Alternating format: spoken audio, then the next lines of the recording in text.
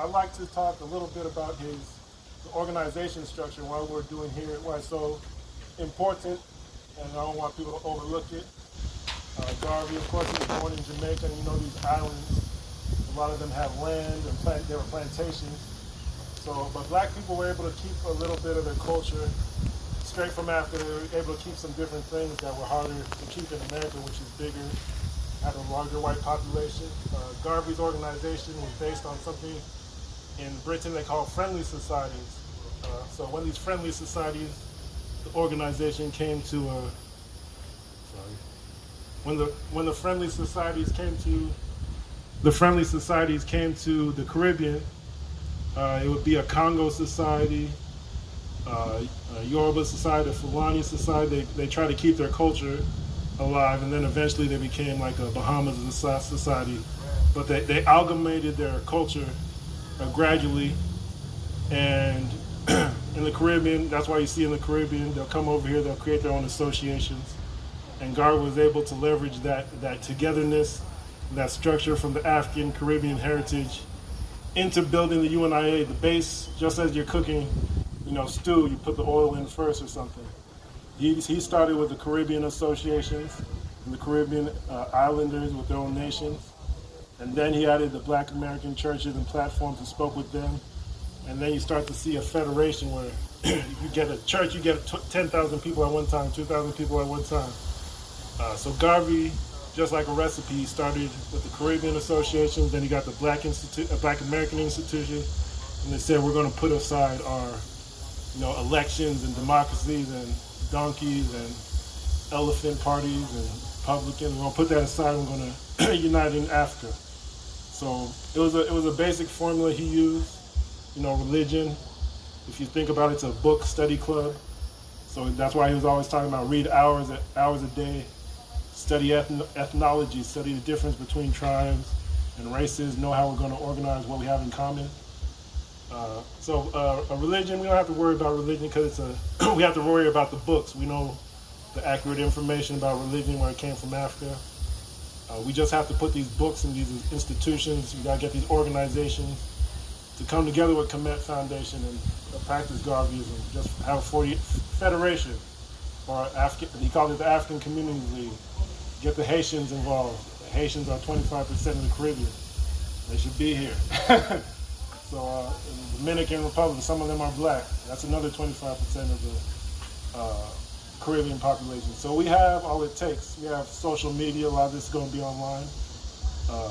It might sound boring, but that's how Garvey did it. He just took the Caribbean associations, the churches, the Black America, the African Methodist Episcopal Church, which is famous for slave revolts and trying to get to Haiti and having the Underground Railroad.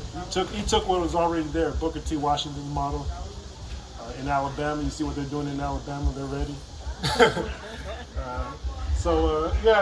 Just bring the association together. He said, let's have one name, the UNIAACL, and it was just I call it the AMEriCaribbean Association. Then the African communities come on board, and you start to have that black, they called it the Negro Convention, but it was more like the Black Berlin Conference, where the white kingdoms and countries had 13 of them divided the whole continent of Africa. So imagine what 13 flags from USA, Africa, and Caribbean could do if we come together and say, let's share it amongst ourselves like family. We're not what these white men created. They said we're Cameroon, which means shrimp, or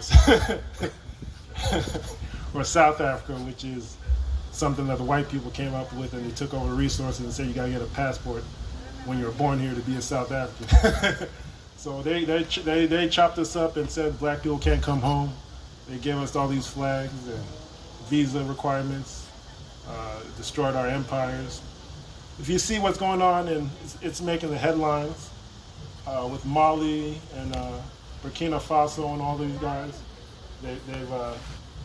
it's made their way all over to Nigeria, which they call the giant of Africa, Nigeria. But the countries that have been overthrowing their leaders, they're showing that they don't need democracy or political divisions, parties to organize themselves. They just get the military, they talk to the chiefs, the elders, the queen mothers, they talk to them and say, how we're going to defend our interests. And they're saying, forget all these borders, we're one people. And then some tribes in Africa don't like that, and they say, they're playing a game, but Mali, people look it up, the etymology of the word Mali is related to the word Mande. So Mali is actually an ethnic group or a tribe. A lot of people, Marcus Garvey's DNA, with his son took a DNA test and said he's Mande. So Mali Empire, that's in his blood, organizing. But basically in West Africa, the majority of the West African continent is covered by one tribe, the Mali people, who have a history of organizing, and they've been saying since the 60s that let's bring the Mali Empire back, but let's do it not from a tribal perspective where we isolate all black people. Let's create the United States of Africa. Let's see what empires go together, or the United Kingdoms of Africa. So Marcus Garvey's idea, to educate them, it is still welcome. Some people speak French, but they know about Marcus Garvey. They're ready for us to come home and work together. I don't think there's going to be a war in West Africa, and if they do, it's for the Western powers. But we all know which families we come from and how we're related.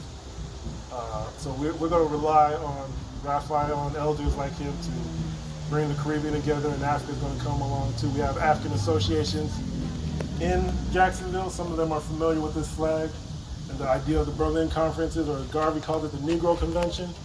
So we should have that. We should look forward to that. The Negro Convention, all the associations and businesses that are black, they don't just parade down the street for one day, but we have regular conferences say, this is what's going on, this is what's going on. So, yeah, that's all. I could talk for hours, but that's what I look forward to, the Negro Convention in Jacksonville. Brother Raphael's leadership. So we're going to follow the formula Garvey, started. I want to see what black businesses and associations are out there and how they want to function together. I'm working with the people who went to Jamaica, the Ugandan kingdoms. They have connections to Madagascar. They got a league of kings. Marcus Garvey had the African Communities League, the Universal Negro Improvement Association, the African Communities League.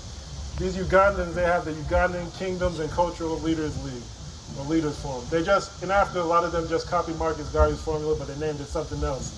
So it's all about, like dominoes, you just gotta gather them up and say, it'll work better if we change the formula, black people over here already.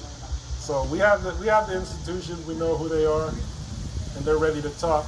So it's just about us on both sides, putting aside egos and coming under one name and one structure where we know what's going on. I didn't know this was going on until I think yesterday, and I got I don't want to call it ADHD, but I got my hand in so many different places. I didn't know about this till the last minute. I would have been here early, but I reached out to a lot of organizers. I thought they would have shared it, but that's the ego thing, where people won't support each other unless you manipulate them to do it. But they should be ashamed. But but yeah, we have all we need. It's no secret. We have all we need. We even got, like I said, a gullah Geechee cultural heritage corridor, where the U.S. government was back down to give black people their own office to develop culture.